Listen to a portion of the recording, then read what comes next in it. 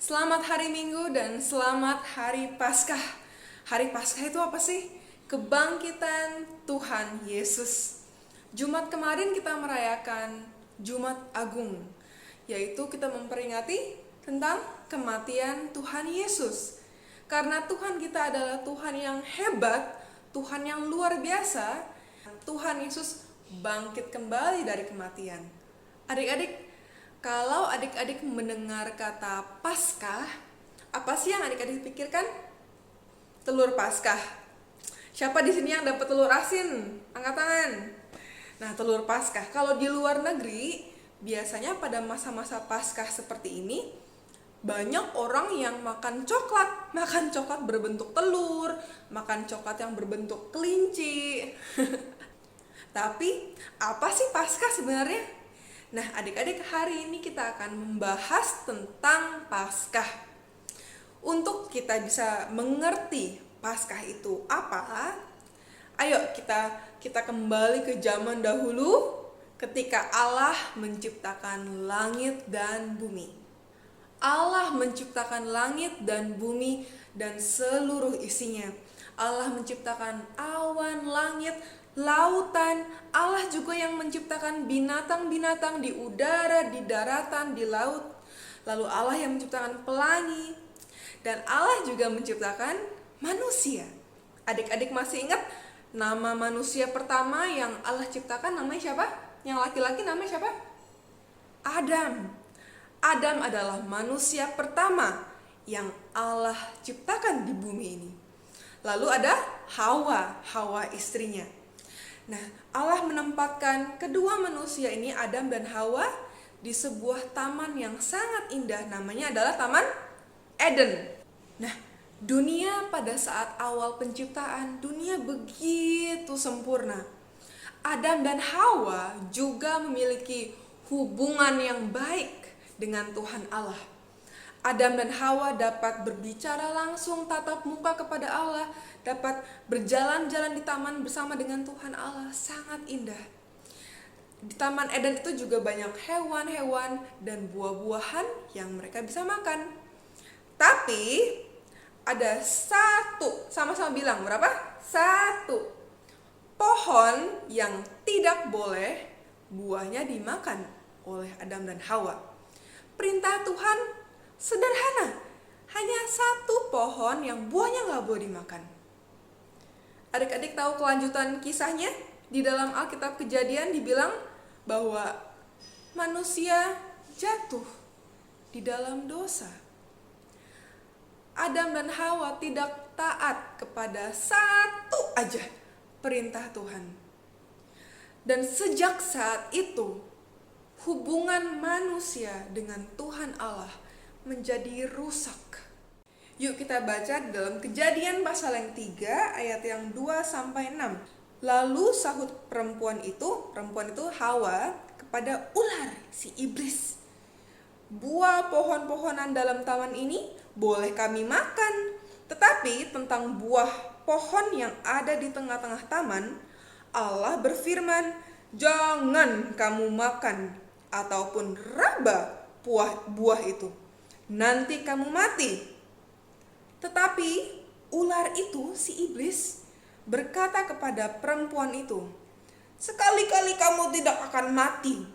Tetapi Allah mengetahui bahwa pada waktu kamu memakannya, matamu akan terbuka dan kamu akan menjadi seperti Allah, tahu tentang yang baik dan yang jahat. Perempuan itu melihat bahwa buah pohon itu baik untuk dimakan dan sedap kelihatannya. Lagi pula, pohon itu menarik hati karena memberi pengertian. Lalu si Hawa mengambil dari buahnya dan dimakannya. Dan diberikannya juga kepada suaminya, si Adam, yang bersama-sama dengan dia. Dan suaminya pun memakannya. Cuman satu perintah Tuhan, tapi manusia jatuh di dalam dosa. Dosa memisahkan kita dengan Tuhan Allah. Bayangkan adik-adik seperti jurang yang jaraknya sangat jauh, jurang pemisah antara kita manusia dengan Tuhan Allah. Selama beribu-ribu tahun, manusia mencoba untuk memperbaiki hubungan yang rusak dengan Tuhan Allah. Dan itu mustahil, sangat susah. Manusia nggak mungkin bisa. Karena manusia ini sudah berdosa sejak lahir. Tapi sayangnya manusia selalu gagal. Itu adalah kabar buruk. Kita sebagai manusia tidak bisa menyeberangi jurang tersebut untuk memperbaiki hubungan dengan Allah. Tapi kabar baiknya adalah Tuhan Allah bisa. Tuhan Allah sangat mengasihi kita sebagai manusia, dan Tuhan Allah mau untuk membangun hubungan yang baik kembali seperti awal mula saat dunia ini diciptakan. Tuhan Allah tidak mau dosa untuk menjauhkan kita darinya. Maka Allah Bapa mengirimkan anaknya yang tunggal, yaitu Yesus Kristus, untuk meninggalkan surga dan datang ke bumi ini agar hubungan kita dengan Tuhan Allah bisa menjadi baik lagi. Tapi bagaimana caranya adik-adik? Adik-adik masih ingat kisah saat di Taman Eden? Tuhan Allah bilang kepada Adam dan Hawa, jika mereka makan buah dari pohon yang terlarang itu, mereka akan mati. Dosa membawa maut atau kematian kekal di neraka. Dan juga dosa membawa pemisahan dari Allah. Tuhan Yesus datang ke bumi ini untuk mati di kayu salib, untuk menebus dosa-dosa kita. Ini disebut sebagai pengorbanan yang sempurna, adik-adik. Tuhan Yesus mati untuk menebus dosa Kak Keisha, untuk menebus dosanya adik-adik di rumah, menebus dosa-dosa dan kesalahan orang tuamu, teman-temanmu, guru-gurumu. Banyak orang yang pada saat itu berpikir, wah, Yesus mati. Apakah itu akhir dari cerita Alkitab? Tidak, adik-adik. Di dalam kitab Yohanes pasal yang ke-20 ayat yang ke-11 sampai 18 diceritakan bahwa Maria Magdalena, 3 hari setelah Tuhan Yesus mati, Maria Magdalena mengunjungi kuburannya Tuhan Yesus. Dan di sana Maria Magdalena melihat bahwa batu dari kuburan tersebut sudah terguling dan tubuhnya Tuhan Yesus udah nggak ada di kuburan tersebut. Maria Magdalenanya, kemana Tuhan Yesus? Kemana tubuhnya Tuhan Yesus? Dan tampaklah olehnya 2 orang malaikat berpakaian putih yang sedang duduk di sebelah kepala dan yang lain di sebelah kaki di tempat mayat Yesus terbaring. Kata malaikat-malaikat itu kepadanya, "Ibu," maksudnya Maria Magdalena, "Ibu, mengapa engkau menangis?" Jawab Maria kepada malaikat-malaikat tersebut, "Tuhanku, Yesus, Tuhanku telah diambil orang dan aku tidak tahu di mana ia diletakkan." Sesudah berkata demikian, ia menoleh ke belakang dan melihat siapa? Yesus. Yesus berdiri di situ. Tapi ia tidak tahu bahwa itu adalah Yesus. Mungkin karena nangis atau kenapa ya, kakeknya juga nggak tahu. Lalu kata Yesus kepadanya, "Ibu, mengapa engkau menangis? Siapakah yang engkau cari?" Maria menyangka orang itu adalah penunggu taman. Lalu berkata kepadanya, "Tuan, jikalau Tuhan yang mengambil dia, katakanlah kepadaku di mana Tuhan meletakkan dia, supaya aku dapat mengambilnya." Lalu kata Yesus kepada Maria, "Maria." Dan Maria berpaling dan berkata kepadanya dalam bahasa Ibrani, "Rabuni." Nah, Maria Magdalena baru sadar kalau itu adalah Yesus. Wow, luar biasa ya adik-adik ya. Lalu Maria Magdalena pergi dan berkata kepada murid-murid Tuhan Yesus yang lain, "Aku telah melihat Tuhan." Wow, Luar biasa. Tuhan Yesus hidup adik-adik. Terbukti di dalam Alkitab. Ini bukan cerita dongeng, bukan cerita-cerita ngasal, orang yang tulis-tulis ngasal. Tidak. Ini terukir, tertulis di dalam Alkitab. Dan Alkitab ini adalah firman Tuhan yang ya dan amin. Tuhan Yesus hidup adik-adik. Tuhan Yesus sudah menghancurkan maut. Dan Tuhan Yesus menghancurkan dosa-dosa.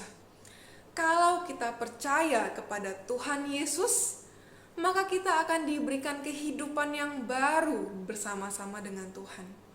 Tuhan Yesus akan mengangkat semua dosa-dosa kita dan hubungan kita dengan Tuhan Allah menjadi baik kembali. Jadi, sebelum Kak Kesha mengakhiri firman Tuhan hari ini, pertanyaan, quick question, pertanyaan cepat. Jadi apa yang memisahkan kita dari Allah sebelum Tuhan Yesus datang? Yaitu dosa. Dosa yang memisahkan kita dari Allah. Dosa yang seperti jurang tadi adik-adik. Ingat, dosa.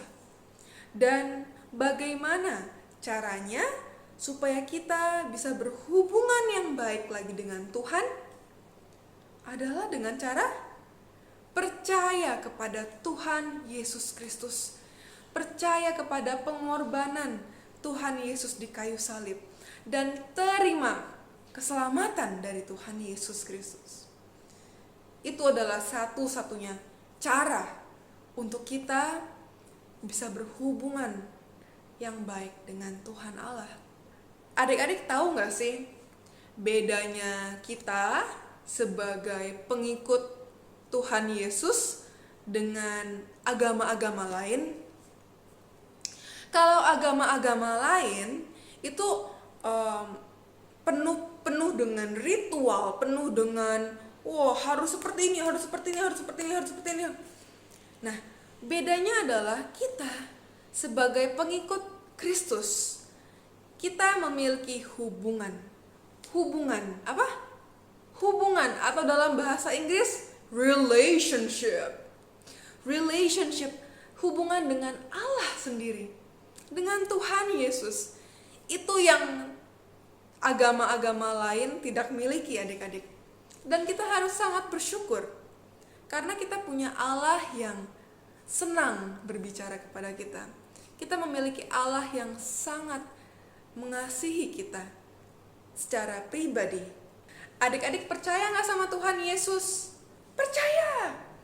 Adik-adik percaya gak bahwa Tuhan Yesus sudah mati di kayu salib dan bangkit kembali? Percaya. Ayo adik-adik kita bagikan kabar sukacita ini kepada teman-teman, kepada keluarga, kepada orang tuamu.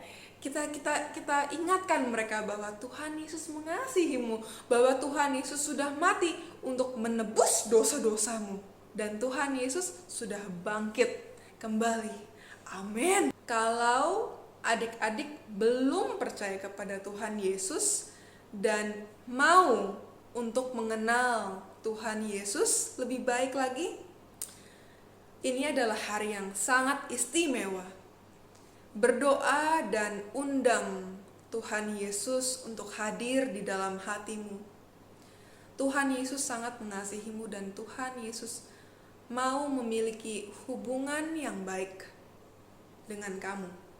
Minta Tuhan Yesus untuk mengampuni segala dosa dan kesalahanmu, dan minta Tuhan Yesus untuk memperbaiki hubunganmu dengan Tuhan Allah. Wow, luar biasa sekali. Firman Tuhan hari ini luar biasa sekali. Firman Tuhan tentang Paskah. Inilah Paskah adik-adik. Kebangkitan Tuhan Yesus. Kita adalah orang-orang umat-umat yang sangat beruntung. Punya Allah yang hidup.